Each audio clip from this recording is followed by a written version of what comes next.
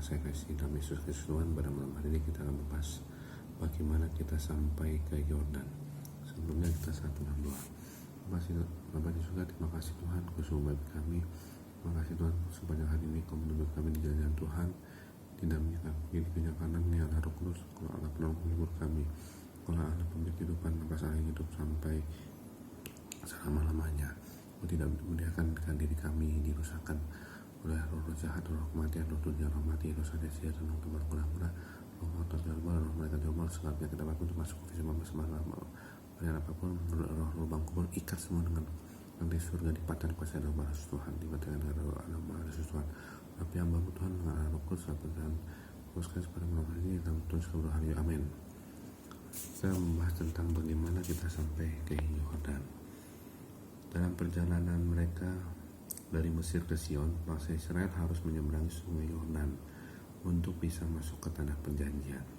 Jadi bangsa Israel itu harus menyeberangi sungai Yordan untuk masuk ke tanah perjanjian. Demikian juga dalam perjalanan rohani kita dari dunia ini ke Gunung Sion surgawi, kita harus mengalami kenyataan pengalaman sungai Yordan, yaitu dilepaskan dari kuasa dosa. Jadi pengalaman lewat sungai Yordan itu dilepaskan dari kuasa dosa di dalam kehidupan kita. Karena itu pertanyaannya adalah bagaimana kita sampai ke Yordan dalam perjalanan rohani kita. Nah ini dia, jawabannya adalah bahwa Tuhan harus membawa kita ke Yordan. Jadi untuk membawa kita melepaskan dosa kita, harus ada Tuhan yang membawa kita ke Yordan. Bangsa Israel hanya dapat bergerak maju ketika tiang awan pada siang hari atau tiang api pada malam hari bergerak terlebih dahulu. Jadi Allah yang berjalan di depan kita, Allah Roh Kudus. Allah tidak akan membawa kita kepada pengalaman Yordan pribadi sampai Ia tahu bahwa kita telah dengan sukses melewati ujian-ujian kita di padang gurun.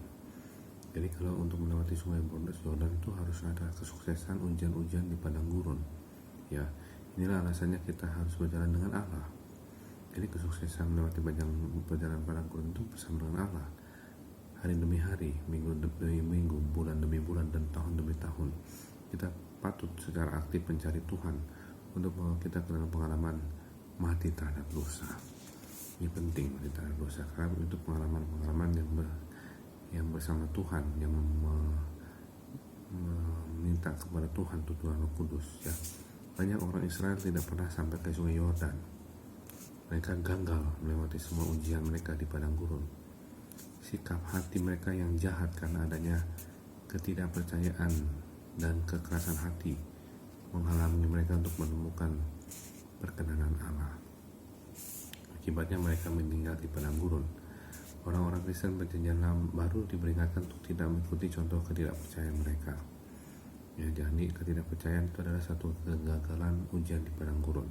Beberapa orang Kristen adalah penggembara kekal dalam padang gurun. Karena apa? Gagal di dalam padang gurun. Karena terus diuji di padang gurun, tidak bisa melewati sungai Yordan. Ketidaktaatan dan kehendak diri sendiri membuat mereka berputar-putar tanpa tujuan di sepanjang hidup mereka. Saudara tidak perlu jatuh ke dalam lubang sama ini.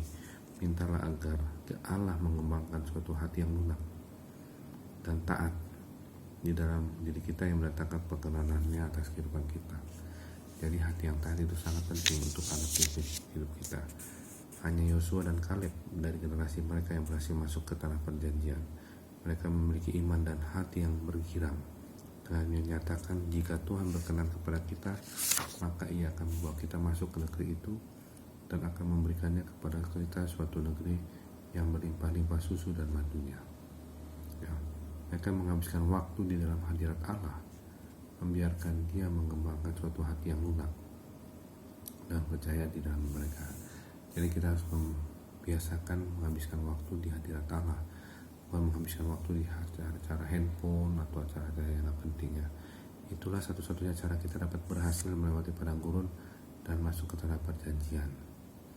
Itu menghabiskan waktu di hadirat Allah dan membiarkan Tuhan mengembangkan suatu hati yang lunak, yang percaya di dalam mereka. Hati yang lunak dan percaya, ya, hati yang taat. Ya, tidak ada jalan pintas ke Yordan. Karena itu marilah kita belajar dari kehidupan Yosua dan Kaleb. Kunci-kunci untuk berhasil mencapai sungai Yordan dan berhasil masuk ke tanah perjanjian. Amin. Haleluya. Mari kita dalam doa. Bapak surga, terima kasih Tuhan, kau sungguh baik kami.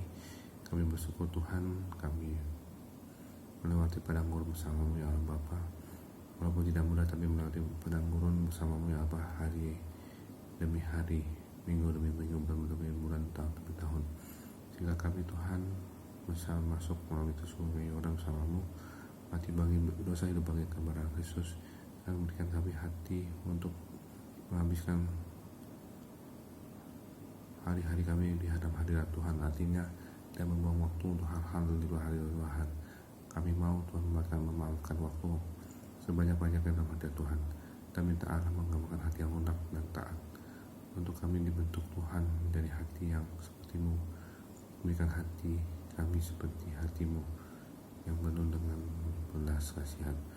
Ubah hati kami menjadi baru hati kami Tuhan. Terima kasih Tuhan, kami mohon Allah Roh Kudus menguasai alam sadar saudara kami Tuhan. Dalam tidur nyenyak kami tolak roh kematian muda, kematian nafas dan jantung.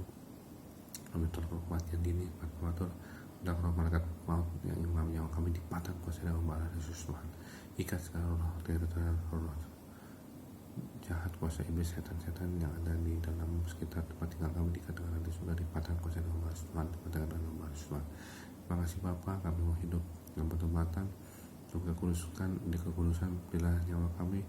Mazmur 21 ayat 5. Dan Tuhanlah menjaga kami, Tuhan menolong kami, dan ayat 7, Tuhanlah menjaga nyawa kami.